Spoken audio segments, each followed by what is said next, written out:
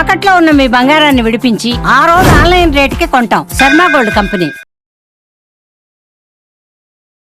నమస్తే, welcome to Suman TV. నేను మానస. ఈరోజు మనతో పాటు ఉన్నారు జ్యోతిష్య రత్న, జ్యోతిష్య చక్ర వైభవ నిపుణ డాక్టర్ రాళ్లపల్లి రవికుమార్ గారు. వారితో మాట్లాడదాము. ఈ మాసం రాశి ఫలాలు ఏ విధంగా ఉన్నాయో వారిని అడిగి తెలుసుకుందాం. గురుగారు నమస్కారం అండి. నమస్కారం. గురుగారు, ద్వాదశ రాశుల్లో నవగ్రహాలు ఈ మాసం అంతా కూడా ఏ స్థానాల్లో ఉన్నాయో ముందుగా తెలియచేయండి. తప్పకుండా. శరదిందు సమాకారే పరబ్రహ్మ స్వరూపిణి వాసరాపీఠ నిలయే సరస్వతి నమస్తుతే. సుమన్ టీవీ ప్రేక్షకులకి నమస్కారం. ఈ నెల అంటే మే నెల ద్వాదశ రాశుల ఫలితాలు తెలుసుకునే ముందు ద్వాదశ రాశుల్లో నవగ్రహాలు ఎక్కడ ఉన్నాయో తెలుసుకుందాం. ముందుగా సూర్యుడు వచ్చేసి మనకి 15 మే దాకా ఉచ్చస్థానమైన మేషంలో ఉంటారు. 16 మే నుంచి మనకి వృషభ రాశిలోకి వెళ్తారు. అలాగే కుజుడు వచ్చి మనకి నీచ స్థానమైన కర్కాటక రాశిలో ఉంటాడు ఈ నెలలు కూడా. నెక్స్ట్ వచ్చేసి రాహు మనకి కుంభరాశిలోకి ప్రవేశిస్తున్నాడు 18 మే నుంచి. అలాగే కేతు కూడా 18 మే నుంచి మనకి సింహరాశిలోకి ప్రవేశిస్తున్నాడు. అలాగే గురువు వచ్చేసి మనకి మిథున రాశిలోకి 15 మే నుంచి మనకు వస్తున్నాడు. సో ఎప్పుడైతే మనకి గురువు ఒక రాశి నుంచి ఇంకో రాశిలోకి మారుతారో పుష్కరాలు స్టార్ట్ అవుతాయి అన్నమాట. సో నెక్స్ట్ వచ్చేసి మనకి శని ఆల్రెడీ మనకి 31 మార్చి నుంచి మేన్ రాశిలోకి ప్రవేశించాడు. కాబట్టి ఇప్పుడు మేన్ రాశిలో శని ఈ మాసం అంతా ఉంటాడు. అలాగే బుధుడు వచ్చి మనకి మేషరాశిలో ఈ నెలలు ఉంటాడు. బుధుడు నీచత్వం కూడా వెళ్ళిపోయింది మనకి. మొన్నదాకా నీచలో ఉండి కూడా బుధుడు కూడా నీచత్వం వెళ్ళిపోయి మేషరాశిలోకి ఈ మాసం అంతా ఉంటాడు. అలాగే మనకి శుక్రుడు వచ్చేసి మేన్ రాశిలో ఉచ్చస్థానంలో ఈ మాసం అంతా ఉంటాడు. ఈ నెల మెయిన్గా ఏంటంటే 3 మేజర్ గ్రహాలు, మెయిన్ గ్రహాలైన గురువు, రాహు, కేతువులు మనకి రాశులు మార్పు చెందాయండి. ఉదాహరణకి గురువు మొన్నటిదాకా వృషభ రాశిలో ఉన్నవాడు 15 మే నుంచి మిథున రాశిలోకి ప్రవేశించడం. అలాగే రాహు మనకి మేన్ రాశిలో ఉన్నాడు ఏనార్థం నుంచి. అతను 18 మే నుంచి మేన్ రాశి నుంచి కుంభరాశిలోకి ప్రవేశించాడు. ఏనార్థం అంతా ఇక్కడే ఉంటాడు. అలాగే గురువు సంవత్సర కాలం అంతా మిథున రాశిలో ఉంటాడు. అలాగే కేతు వచ్చేసి మనకి కన్యా రాశి నుంచి సింహరాశిలోకి ప్రవేశించాడు ఈ 18 మే నుంచి. సో ఈ ఏనార్థం అంతా కూడా సింహరాశిలోనే కేతు ఉంటాడు. ఇవ్వండి ద్వాదశ రాశుల్లో మనకి నవగ్రహాలు ఈ మాసం అంతా ఇక్కడ ఈ స్థానాల్లో ఉంటాయి. గురుగారు, మకర రాశి వాళ్ళకి ఈ మాసం అంతా కూడా మాస ఫలితాలు ఏ విధంగా ఉన్నాయో తెలియచేయండి. తప్పకుండా. మకర రాశి అనగానే మనకి ఉత్తరాషాఢ 2, 3, 4 పాదాలు, శ్రవణం 1, 2, 3, 4 పాదాలు, ధనిష్ట 1, 2 పాదాలు. ఈ నక్షత్రాల సమాంతం మనకి మకర రాశిలోకి వస్తుంది. ఈ రాశి వారికి ముఖ్యంగా ఏలినాటి శని గత 7.5 సంవత్సరాల నుంచి ఉన్నది. 31 మార్చి తోటి ఏలినాటి శని వెళ్ళిపోయిందండి. సో ఇది శుభ పరిణామం అనుకోవచ్చు. సో అత్యద్భుతంగా ఉంటుందని చెప్పుకోవచ్చు. ఎందుకంటే ఇప్పుడు మనకి తృతీయ స్థానంలోకి శని ప్రవేశించాడు.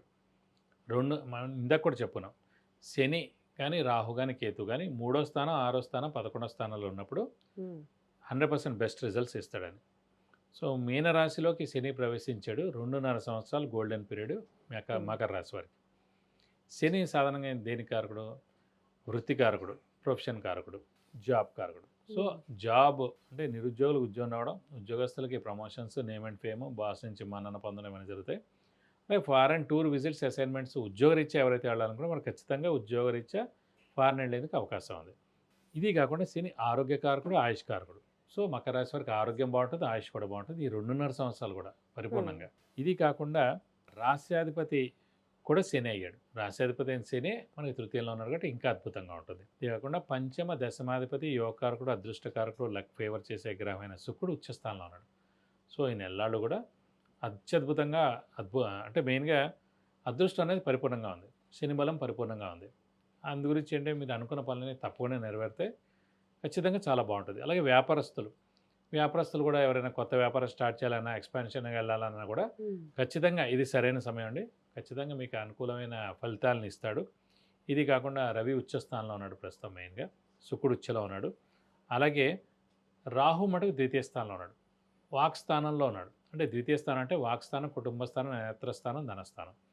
వాక్ స్థానంలో 18 మే నుంచి ఏనార్థం పీరియడ్ అక్కడ కుంభరాశిలో ఉంటాడు. మన మకర రాశికి ద్వితీయ స్థానం అన్నమాట.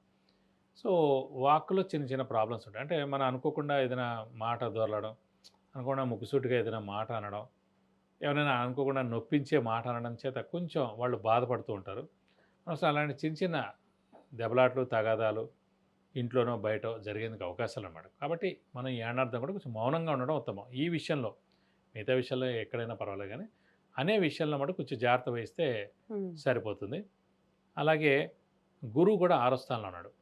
సాధారణంగా మామూలుగా అందరూ అంటారు 2, 5, 7, 9, 11 స్థానాల్లో గురువు ఉంటే గురుబలం. మరి 6వ స్థానంలో ఉన్నాడు కదా! ఈ సంవత్సరం అంతా గురుబలం ఉంటుందని.